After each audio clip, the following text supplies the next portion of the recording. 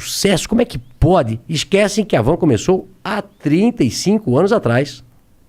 De uma lojinha pequena, sempre evoluindo, sempre que... eu sou um cara impaciente, né? Sempre querendo fazer diferente.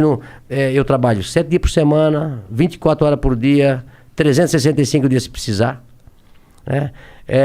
E aí, quando eu vou para os Estados Unidos, eu disse, meu Deus, que país é esse? Por que o Brasil é assim? Se tem o Brasil foi descoberto praticamente na mesma época dos Estados Unidos. Não é isso? Sim.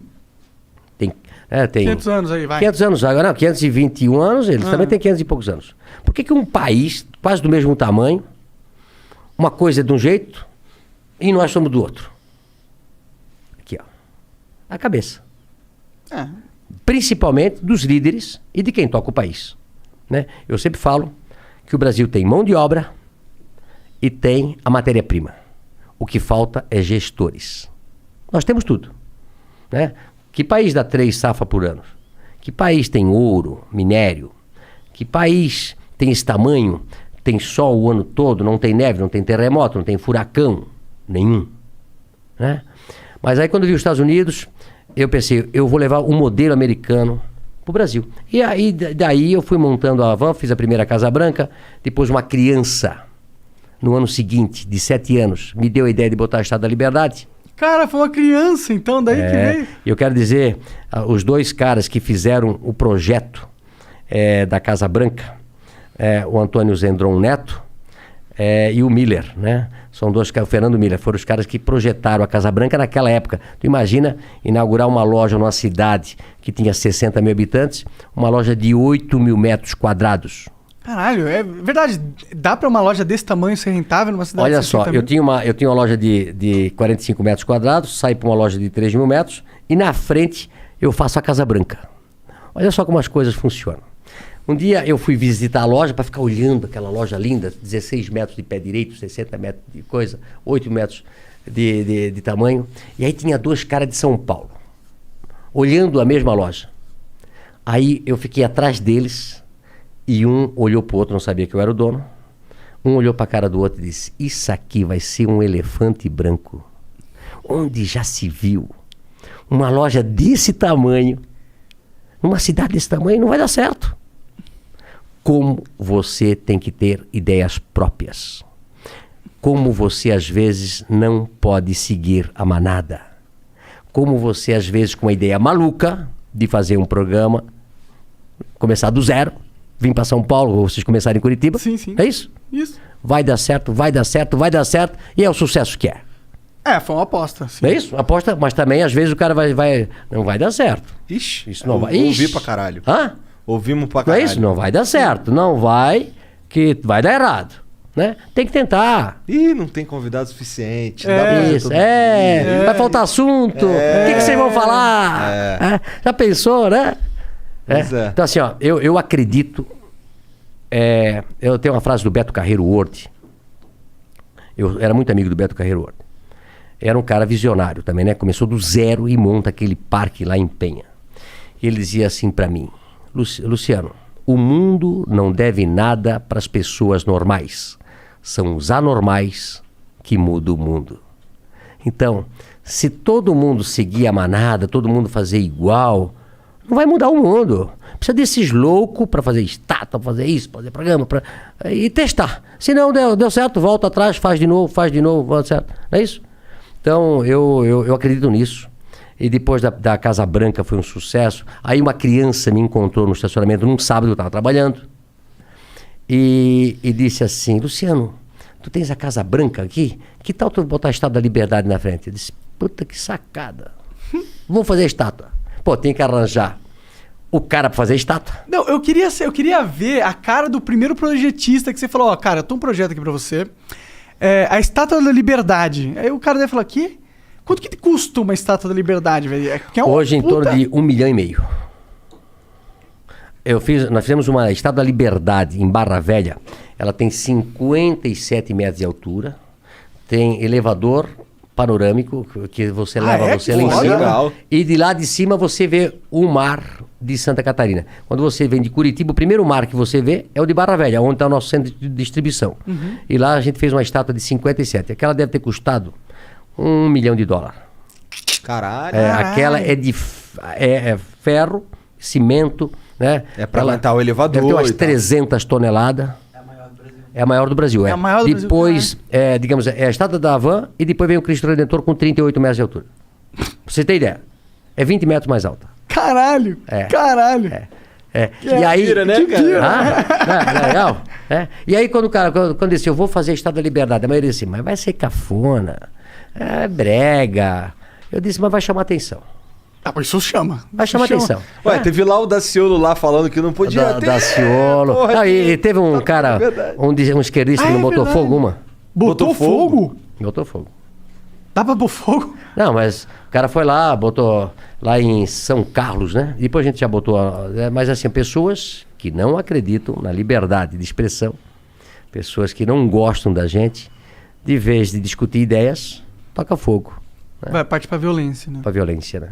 Como é que foi tua reação quando tu viu o Daciolo lá na o Daciolo, depois eu falei com ele por telefone, né? Ele... Você é da sucursal? Ursal. Não, o Daciolo ia para Brasília, eu acho que ele era deputado, né?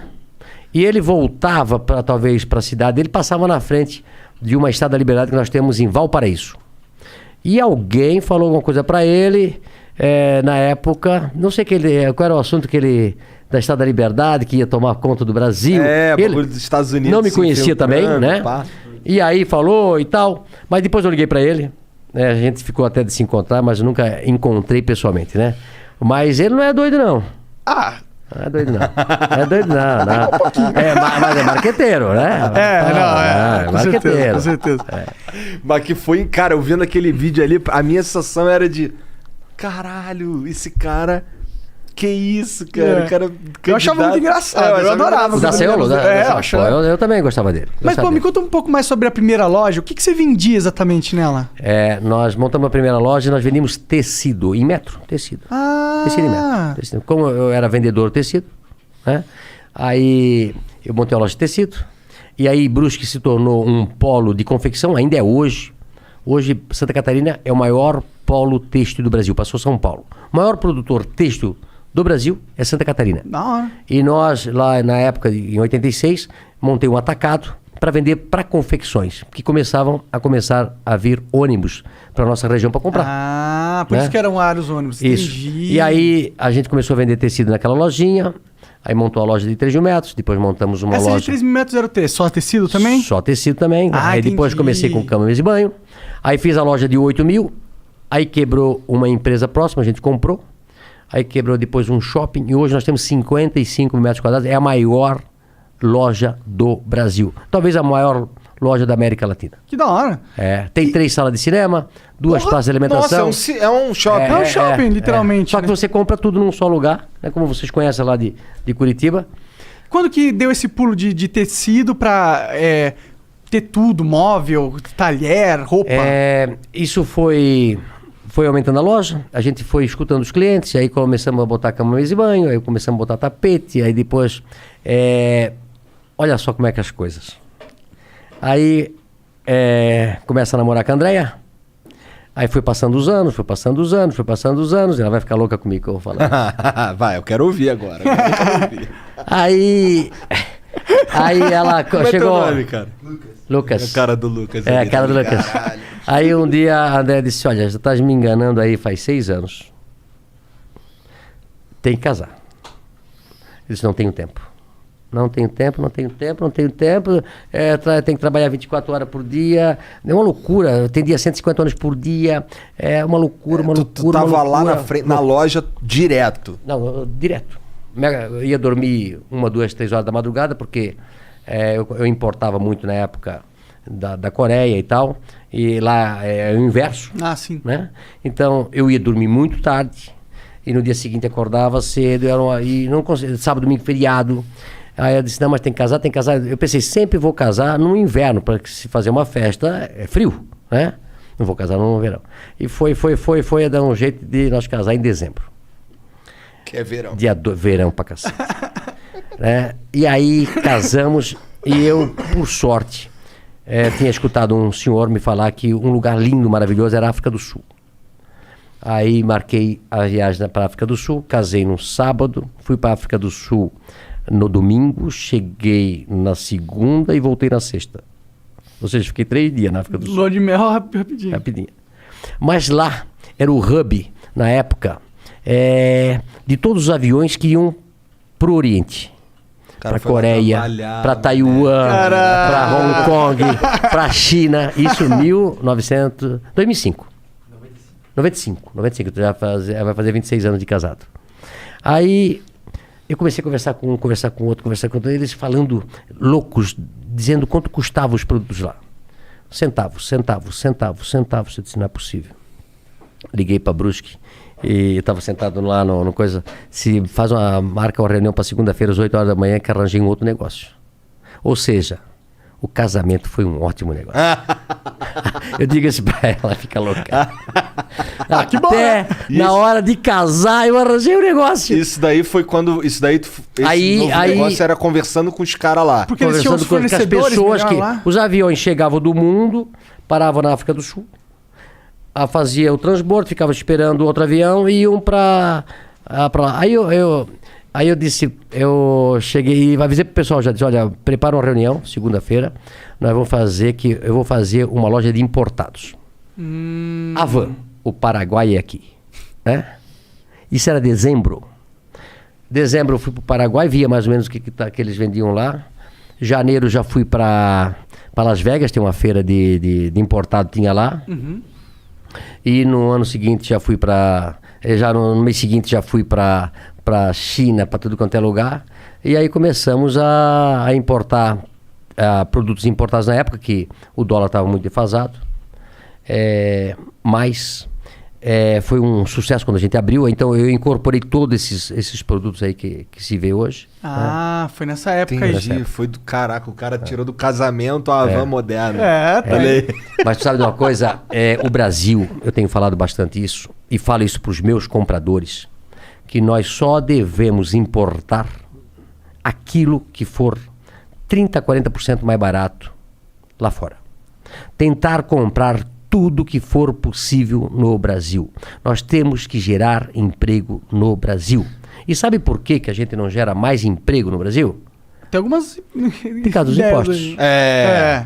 Né? Bom, nós temos a maior carga tributária do mundo. O Brasil, na década de 80, de 70, exportava tudo. Exportava louça, exportava toda a indústria nacional, exportava para o mundo todo. E por que nós fomos perdendo competitividade? Lá atrás, a carga tributária era 18, 20, 22, 24. E hoje chega a quase 50%. De tudo que a gente produz. Sim. Ou seja, tudo no Brasil é muito caro. E aí os outros países começam a competir com a gente. Eu realmente entrei também nesse negócio de política para tentar mudar e mostrar um pouco para os brasileiros que nós temos que reduzir a máquina pública, né? Reduzir os impostos e nós possamos, porque nós temos população para isso, ter a indústria aqui para vender para o brasileiro e para exportar. Gerar emprego aqui. O único jeito da gente, de fato, abaixar, conseguir que haja uma discussão no formato, na forma que os impostos são cobrados aqui no Brasil, só se a população ficar puta com os impostos. Por que lá tu podia botar a população já tá bem puta. Não, mas olha só, tu sabe quanto é que tu pagou de imposto nisso aqui? Não sei, mas eu chuto bastante. Tu tinha que colocar lá, assim... Um bagulho que eu já ficava pensando assim, quando eu compro uma parada, vem lá na nota fiscal quanto que é de imposto, mas coloca no preço. Tipo, esse bagulho custa 100 porque 50 é de imposto. Se o